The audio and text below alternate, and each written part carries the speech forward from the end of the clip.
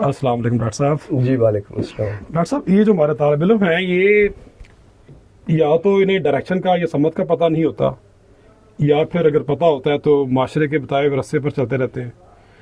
तो इनके अंदर कोई खुद आगाही या सेल्फ अवेयरनेस कैसे हम पैदा कर सकते हैं? कोशिश तो हम करते हैं, लेकिन फिर भी किस तरह से अपने आप को ये जाने और फिर डायरेक्शन का या समत का तयन करके चल पड़े। यही बात मैं अपनी क्लासेस में अपने जो स्टूडेंट्स हैं उनके साथ करता हूँ। ठीक। और मैं उन्हें ये बताता हूँ कि बेटा, आपको you must be very very clear what you are going to do in your life. ठीक। जब तक आपको ये आप क्लियर ही नहीं है कि आप अपनी जिंदगी में करना क्या चाहते हैं, आप अचीव क्या करना चाहते हैं, तो ये तो ऐसे ही है जैसे आप स्लीप वॉकिंग कर रहे हैं। आप नींद में चल रहे हैं। नींद में चल रहे हैं। ठीक। ठीक। तो बच्चों को पहले क्लास में मेरी ये कोशिश होती है कि मैं बच्चों को बताऊं कि बेटा आप आराम से, ठीक, आप बैठें, अपने कमरे में जाके बैठ जाएं। ठीक। और आराम से पहले ये डिसाइड करें कि मैंने जिंदगी में ये अचीव करना है। लेकिन सोशल मीडिया का बहुत असर होता है हमारे जहनों के ऊपर।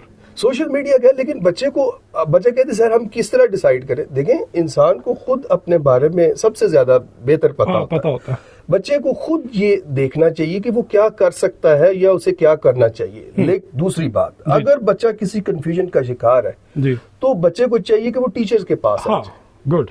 ये मैंने कहता हूँ कि बेटा, अगर आपको कोई कंफ्यूजन है, अगर आपको कोई चीज समझ नहीं आ रही कोई फ्यूचर डायरेक्शन के हवाले से, you can consult your teachers. ठीक। कि सर मैं ये चीजें हैं, इसमें मुझे कौन सा रूट लेना चाहिए, कौन सी डायरेक्शन लेनी चाहिए, तो वहाँ आप टीचर आपकी मदद कर सकते हैं। लेकिन अगर आप उनसे पूछें कि आप बीएस इंग्लिश क्यों कर रहे हैं, तो खामोशी है। अगर आप उनसे पूछें कि एमफिल इंग्लिश लिटरेचर करने की वजह, खामोशी है। तो मुझे फिर बड़ी हैरत होती है। आप अगर वेस्ट में चले जाए ना, मतलब जो सही बात है, अच्छी बात है, वो किसी भी सोसाइटी की वो करनी, वेस्ट में नहीं, आप किसी भी तरक्की याफ्ता मुल्क में चले जाए, आप किसी स्टूडेंट से, किसी इंडिविजुअल से पूछे ना कि आपकी जिंदगी का रोड मैप क्या है, तो वो कहेगा पहले 5 सालों में मैं ये करूंगा, अगले 10 सालों में मेरा ये प्लान है, फिर मैंने ये करना है, फिर मैंने ये करना है। वो पूरा आपको रोड मैप देगा। ठीक। और वो हासिल करता है अपने टारगेट को। फिर जब आप टारगेट सेट करेंगे तो हासिल करेंगे। ये बात ठीक है। तो जब आप टारगेट ही नहीं सेट करेंगे, आपने कहा कि जी वो आ गए जी बीएस इंग्लिश करने, ठीक है जी बीएस इंग्लिश कर लिए, फिर आगे क्या करना है, अभी सोचा नहीं सर। ये मुझे बहुत तकलीफ दे बात होती है मेरे लिए कि जब मैं बच्चों से पूछता हूँ कि बेटा बीएस के बाद आपने क्या करना है, अभी सोचा नहीं।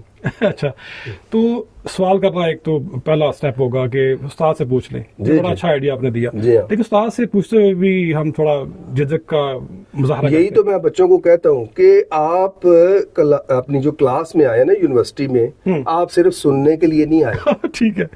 हम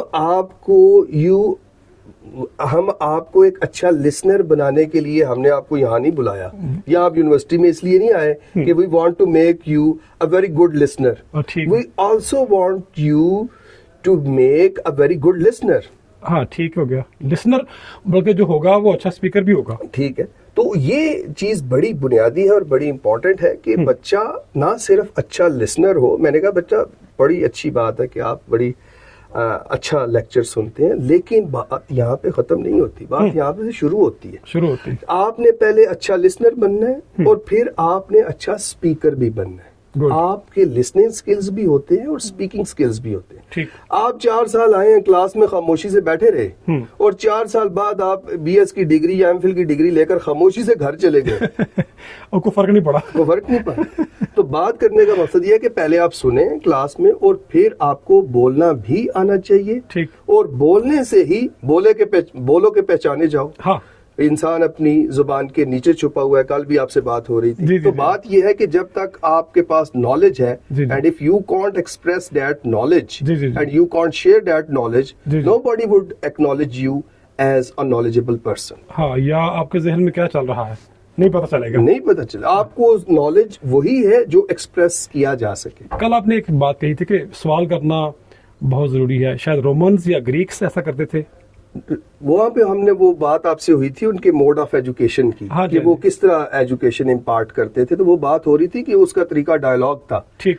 वो किसी दरख्त की छांव के नीचे बैठ गए हैं, जी। किसी मतलब ऐसी कोई अच्छी हवादार जगह उधर बैठ गए हैं। जी। तो उस वक्त ये मल्टीमीडिया और व्हाइट बोर्ड और ब्लैक बोर्ड तो नहीं था। जी। तो उस वक्त मीडियम ऑफ इंस्ट्रक्शन जो था वो डायलॉग था। एक फिक्रा और बोला था आपने, इंसान का दारू है। हाँ, तो ये तो पंजाबी की मिसाल है अब ना। वो सीखने के लिहाज से ये इंसान का मोहताज है, इस तरह की बात भी आपने की थी। सवाल करने से वो इंसान जुड़ेगा। Exchange of ideas, exchange of ideas, exchange जब होती है आइडियाज की, तो नए आइडियाज की बर्थ होती है। Oh my God, nice. तो अगर आप आइडियाज को एक्सचेंज ही नहीं करेंगे, हर इंसान मेरे नजदीक जो है ना, आप देखें तो हर इंसान के पास एक एनर्जी है। हाँ हर इंसान के पास एक खास तरह का इल्म है, एक खास तरह का स्किल है। जी जी जी। जब आप उससे शेयर करते हैं तो वो आप बहुत कुछ सीखते हैं, अगला बंदा भी बहुत कुछ सीखता है। हाँ। तो ये कम्युनिकेशन स्किल्स भी जो है वो बड़े डेवलप होते हैं। डेवलप होते हैं। तो जब आप मैंने बड़े बड़े अच्छे स्कॉलर्स देखे हैं, बड़े बड़े उनके मैंने अवार्ड्स देखे हैं, बड़ी बड़ी उनकी जिंदगी की अचीवमेंट देखी जी, है, जी। But they are very bad speakers. तो ये एक कमी रह जाती है उनमें कि वो अपने नॉलेज को जो है वो दूसरों के साथ शेयर नहीं कर सकते। तो ये क्वालिटी जो है हमें बच्चों में डेवलप करनी चाहिए कि they must have the ability to share what they feel in the class. एक आखिरी सवाल मेरे ज़हन में आ रहा है कि जो हमारा उस्ताद है या जो रवायती अदब का या एक पढ़ाने का तरीका है कि बस ना वो अदब के खाते में हम खौफ ज़्यादा रहते हैं, तलवेल की बात मैं कर रहा हूँ, वो खौफ कैसे? मैंने बच्चों को ये हमेशा कहता हूँ, मैंने कहा हमारी कौम अनफॉर्चुनेटली जहाँ हमें शर्माना चाहिए और जहाँ हमें हिचकिचाना चाहिए वहाँ ना हम शर्माते हैं, हाँ जी। और ना हिचकिचाते जी। हैं, और जहाँ नहीं शर्माना चाहिए, हाँ। और जहाँ नहीं हिचकिचाना चाहिए वहाँ हम सबसे ज्यादा शर्माते हैं और सबसे ज्यादा हिचकिचाते हैं। मैंने उनसे कहा है कि क्लास, जब मैं आपकी क्लास ले रहा हूँ ना, जी तो दो चीजों को आपने बिल्कुल अपनी शख्सियत से दूर कर देना है। ठीक। एक शर्माना, you should not shy away, जी। और दूसरी हेजिटेशन। बहुत अच्छे। क्यों? कि इल्म हासिल करने में ना तो आपको किसी किस्म की शर्म महसूस होनी चाहिए जी और ना किसी किस्म की कोई हिचकिचाहट महसूस होनी चाहिए। ठीक हो गया। ठीक है, मैं कहता हूँ कि अक्सर हम, आपने देखा होगा शादी ब्याह पे वो कहते हैं कि जी रोटी घुल गई, तो मिठाई किधर जा रही है, कोर्ट किधर जा रहा है, पता चलता है कि यहाँ पे तो कोई ब्लास्ट हो गया। तो वहाँ थोड़ी सी आप हिचकिचाहट की जरूरत है ना, हाँ। कि थोड़ा सा आप वेट कर लें, जी जी जी। वेट फॉर योर टर्न, आपको सब कुछ मिलेगा, लेकिन वहाँ नहीं। तो क्लास में आप शर्मा रहे हैं और हिचकिचा रहे हैं। फिर दूसरा मैं आपको बताऊं, एक पीयर प्रेशर होता है। हाँ। अच्छा, ये होता है मैंने कोई गलत बात कर दी तो सर ने आगे से मजाक उड़ाया तो दूसरे बच्चे हंसेंगे। हाँ, ये होता है। मैं कहता हूं कि I don't ask you to ask right questions, I ask you to ask wrong questions. बहुत अच्छे। मुझसे गलत क्वेश्चन पूछो। हाँ, सही। और मैं तुम्हें पहले हौसला तो दूं, हाँ। कि तुम सवाल कर सको। हाँ। जब तुम सवाल करने का हौसला गेन कर लोगे फिर बात आगे बढ़ेगी, हाँ, फिर कनेक्टिविटी हो जाएगी, कनेक्टिविटी हो जाएगी, बॉन्ड बन जाएगा। और खुदा ना खास्ता अगर मेरी क्लास में कोई बच्चा सवाल करे और दूसरे बच्चे उस पे हंसे या उसकी तरफ स्माइल करें तो मैं उनको छोड़ता नहीं। जुलाली मूड में आ जाते हैं। बिल्कुल बिल्कुल, मैं कहता हूँ उसने हिम्मत की, जरूरत की, सवाल किए, what was funny in it, हाँ, इसमें क्या फनी था। ठीक।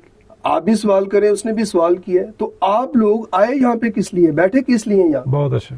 तो सवाल इंसान की, मेरा ख्याल है, जिंदगी की अलामत है, जिंदगी की अलामत है और ग्रोथ की अलामत भी। जिंदगी की एविडेंस है और ग्रोथ। बिल्कुल, इस सवाल के बगैर आप आगे बढ़ ही नहीं सकते। सर डॉक्टर साहब बहुत शुक्रिया, बहुत Thank सारे you. आइडियाज आपने दिए। नाज़रीन, इन आइडियाज पे गौर करें, शायद कोई इल्म का नया ज़ाविया आप पे खुले। डॉक्टर साहब शुक्रिया अगेन। थैंक यू जी, thank you very much, thank you.